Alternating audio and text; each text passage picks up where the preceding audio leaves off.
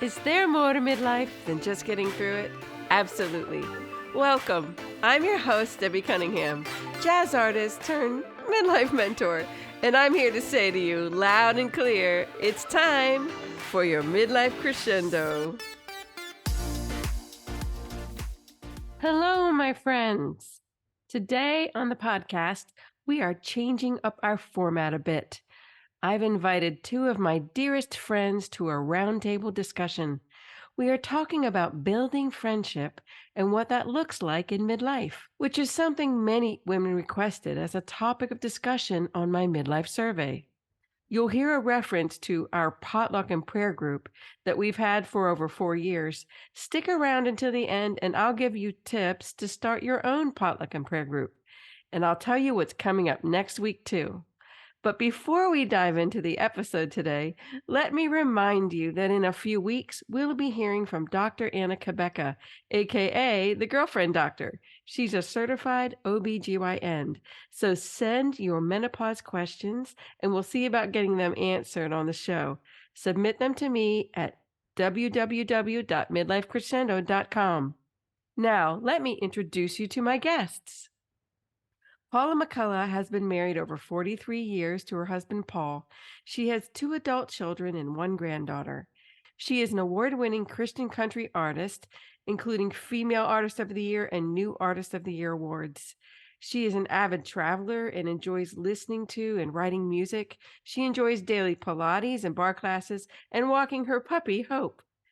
Her love of reading fills up her spare time with particular interests in nonfiction history and biblical studies with an emphasis in Bible prophecy. Sharyl Allen has been married 36 years to her husband Lyndon, has 4 adult children and 2 grandchildren. She ministers alongside her husband presenting marriage seminars at churches called I Do for Life. One of her favorite activities is horseback riding, though she doesn't get to do it enough. She loves spending her spare time with her family and enjoys vacationing at the beach. It's time for Chick Chat. Hey, everybody. Today we're talking about friendship midlife, and I have some very special guests here with me today. They are 2 of my dearest friends, Paula McCulloch and Sharyl Allen. And we've been friends for a varying degree of years. Paula and I go back, more than 30 years before Derek and I had children. And Sharyl, I think it's been 6 years maybe that we've known Yeah. each other, about 6 years. And so I just wanted to welcome both of you to the podcast today. Thank you. So glad to be here. Me too. Paula and Sharyl and I have become a trio of friends, though, over the years. We each have our individual friendship, but we become a little band where we hang out a lot together in life. We're all 3 in that Musketeers. There you go. We are all in the midlife season. And as I did my survey over a year ago, one of the topics that came up really high on things that you midlife women wanted to talk about was building midlife friendship, because many of you have expressed that you're lonely and it's hard to build midlife friendship. Specifically, I think that once we move past our years where when we move into empty nest and we're not doing all the activities with our kids and we're in proximity to our kids' friends' parents, that sometimes we have to regroup on how we develop our friendships and how we maintain them midlife. I want to know how midlife friendship has been important to you in your life.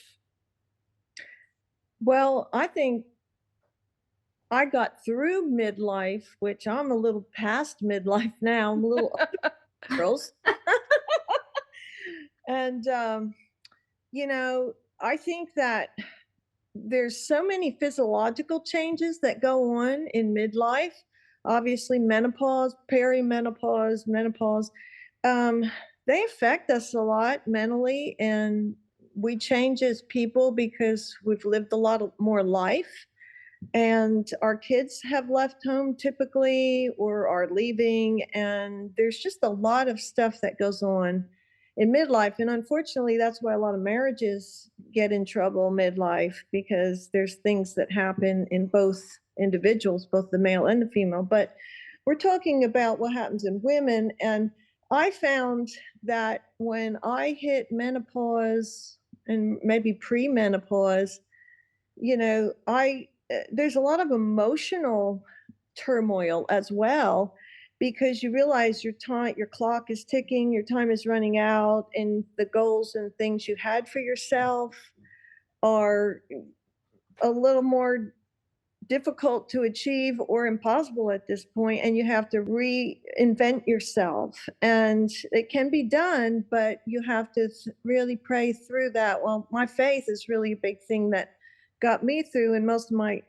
really close friendships are people of the same faith, and so we have that bond in common.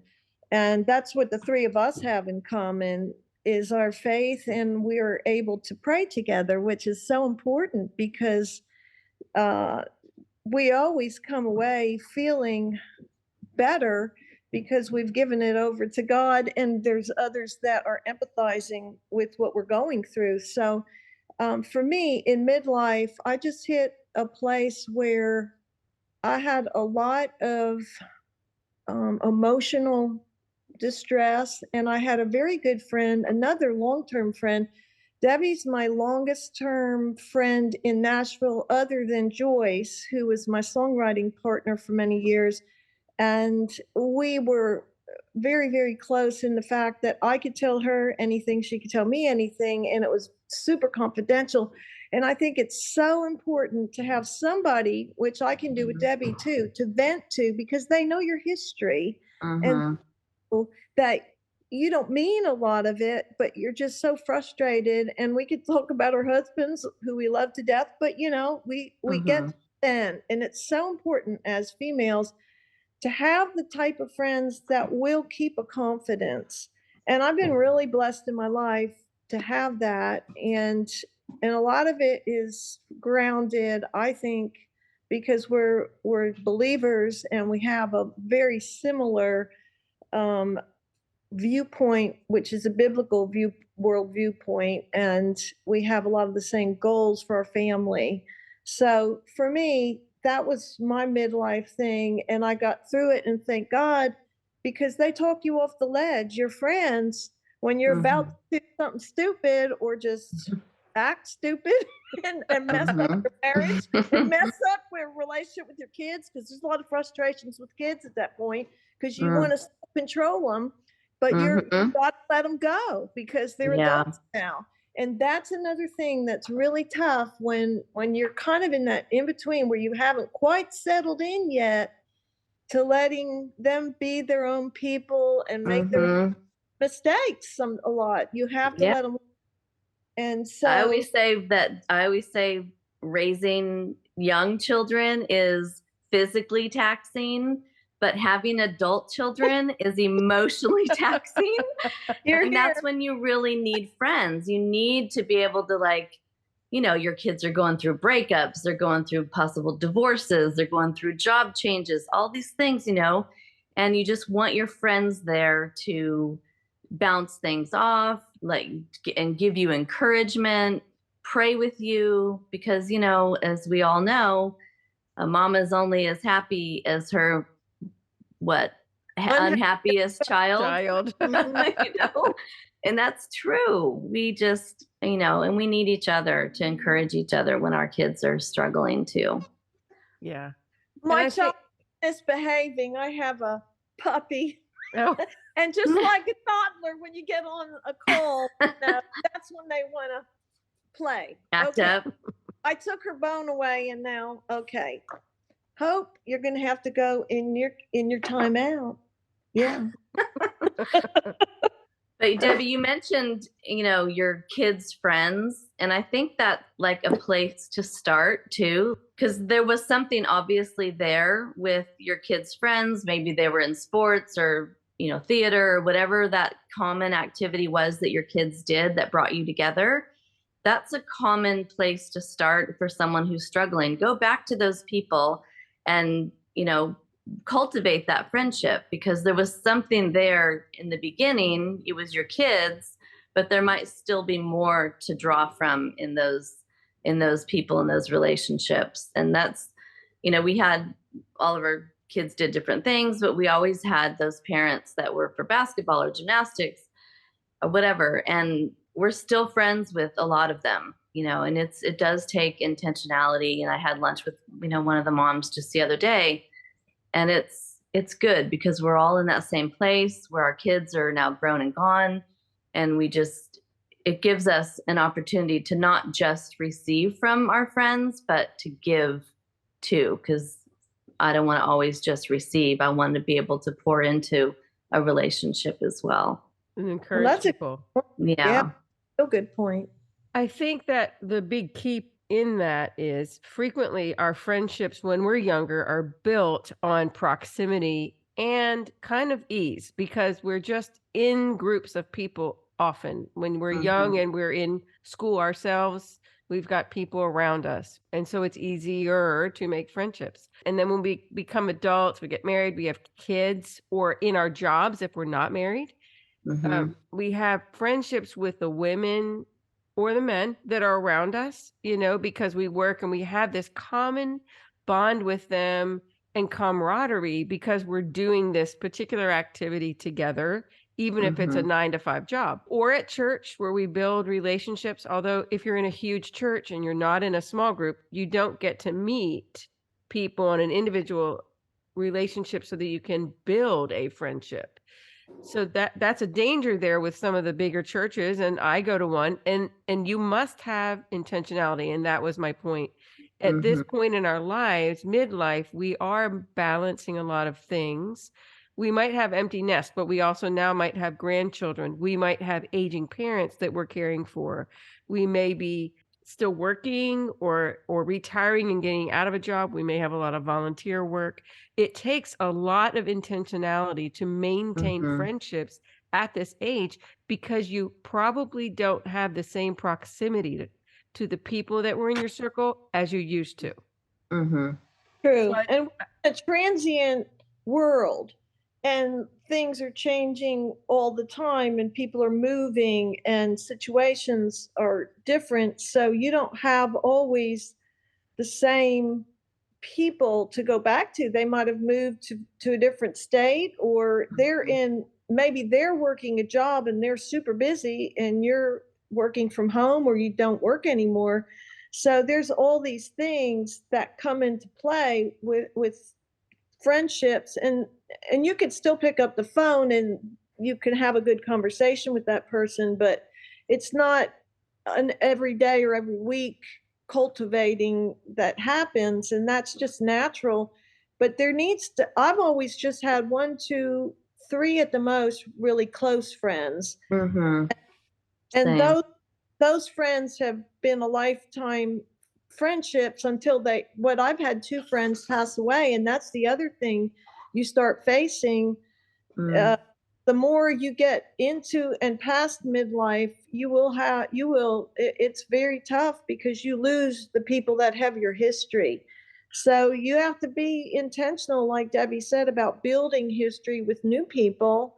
And that can be very enriching too, because you're getting out of your comfort zone and you're learning over again how to cultivate a close relationship, because it's something that doesn't come you get rusty at, because you just take those old friends for granted.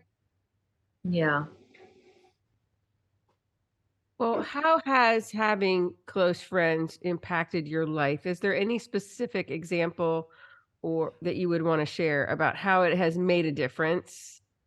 Like Paula, you shared earlier, just getting through menopause and the years of change with menopause, how having friends around you, walking through that season, which I think is really important as women.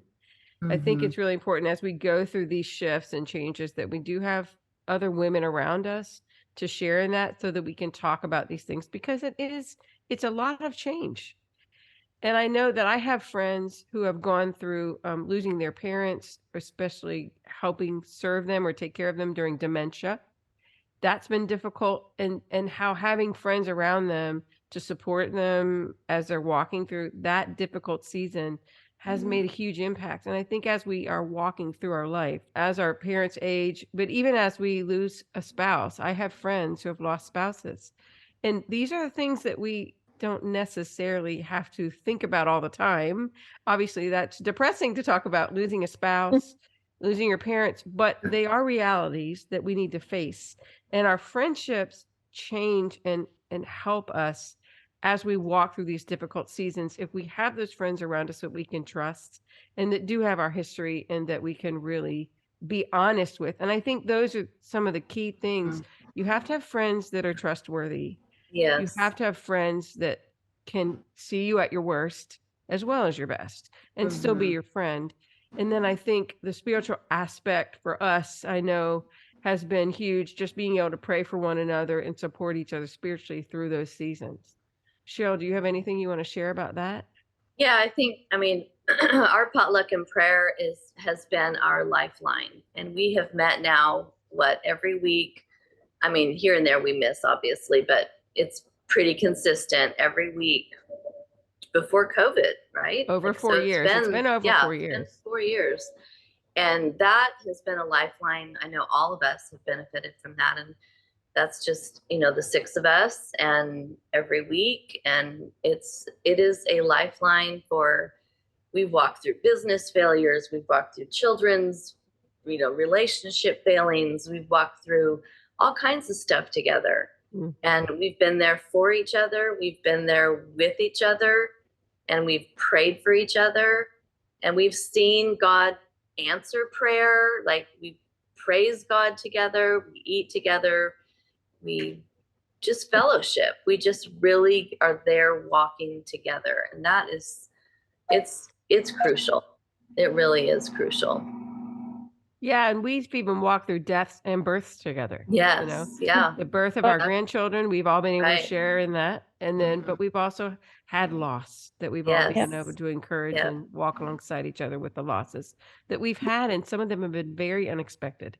Yeah, no, it's been a lifeline.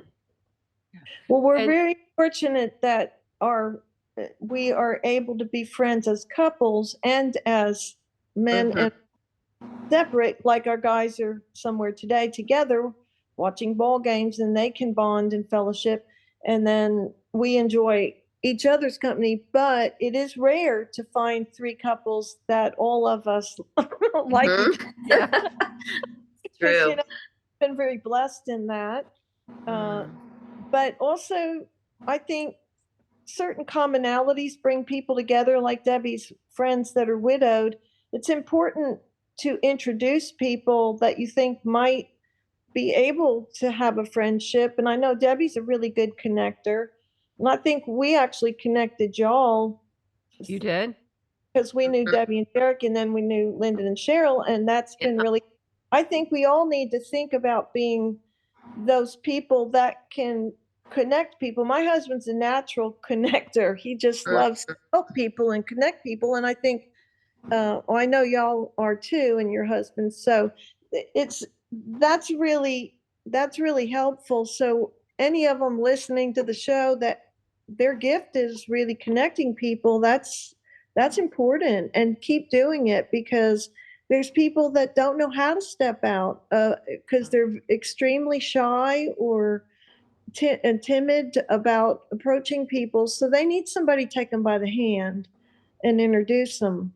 If they could just set a lunch date or have them over to the house for coffee or tea or something, because there's a lot of people that are really lonely and they don't know how to step out of that. And that's a ministry. So we should be always aware of those people. I tend to be a loner.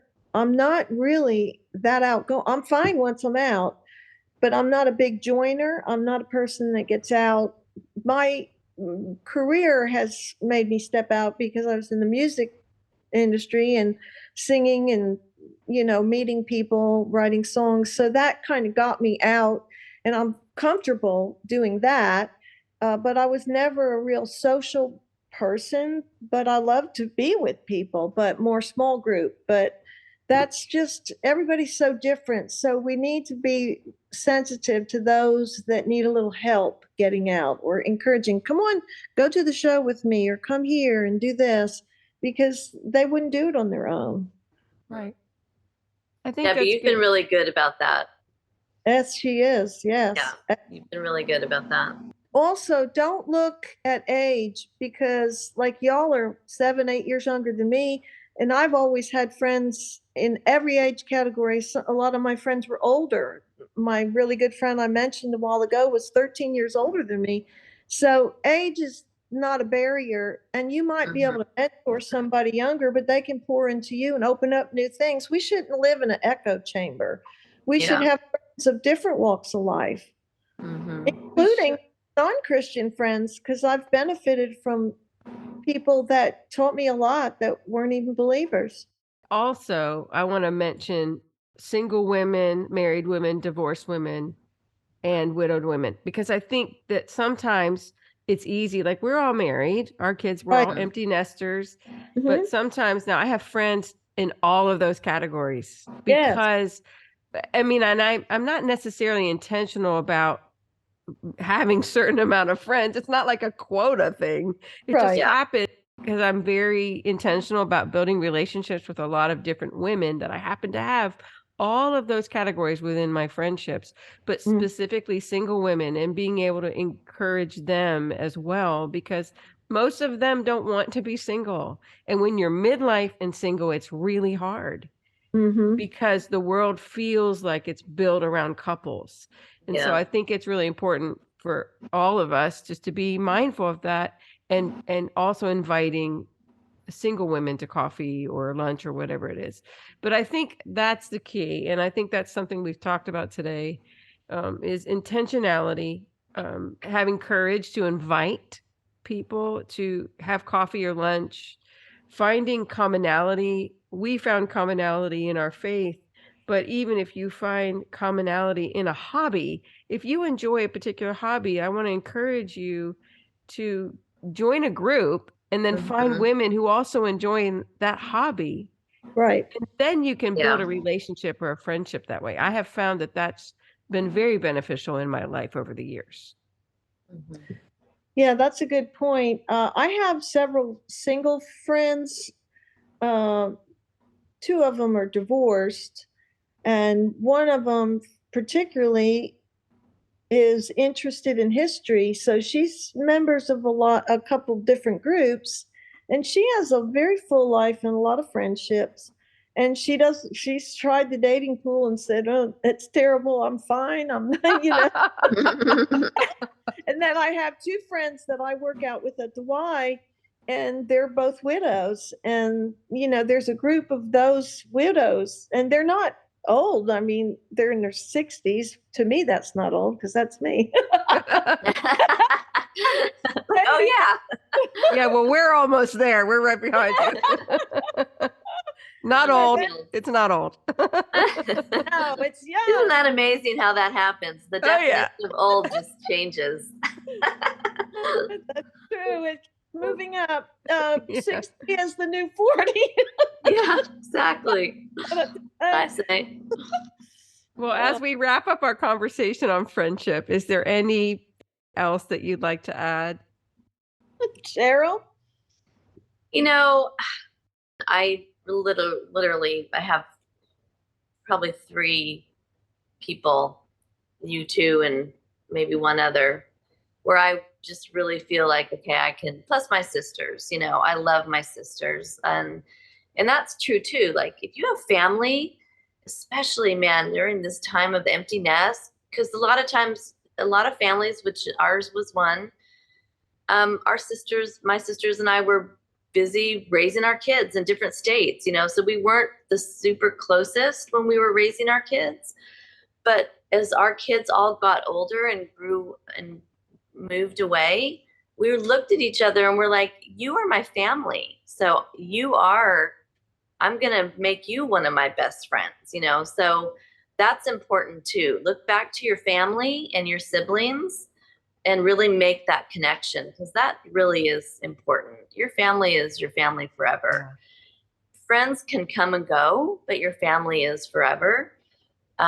So I'd say one thing is just looking back to your family. But I mean, I also just a couple of people and just having that really intimate, able to just call you at a moment. Like we keep in touch, the three of us, with texting. Hey, I'm having a really bad day today. Pray for me. My son, my daughter, whatever, like pray for me. I need you right now. I may not have time to talk on the phone, but I need you right now. And we're always there for each other. And then we'll follow up. Hey, how did it turn out? What's going on? But keeping that connection and that line going is so important. Yeah. Yeah, I agree. My sister is 8.5 years older, but she's a really close friend as well. And she was sort of a second mom growing up, but now we're more friends because that happens when you're both adults. So that's a good point, Sharyl. Our families are there for friendship as well as being family. Yeah. Well, I could talk to you all afternoon, but we have to. But everybody doesn't want to hear that. So we're going to wrap up our conversation today. But thank you so much for not only being such dear, dear friends, but also for our conversation today. I appreciate having you.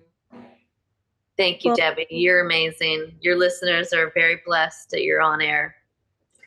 Yes, she definitely. And don't edit that out. Well, I second that opinion and that fact, because Debbie has a real gift of connecting people, and she has a real love for people, and the gift of what we call in biblical circles, the gift of mercy. And that's why she has friends from every circle of life and every, single and otherwise. So thank you for having us.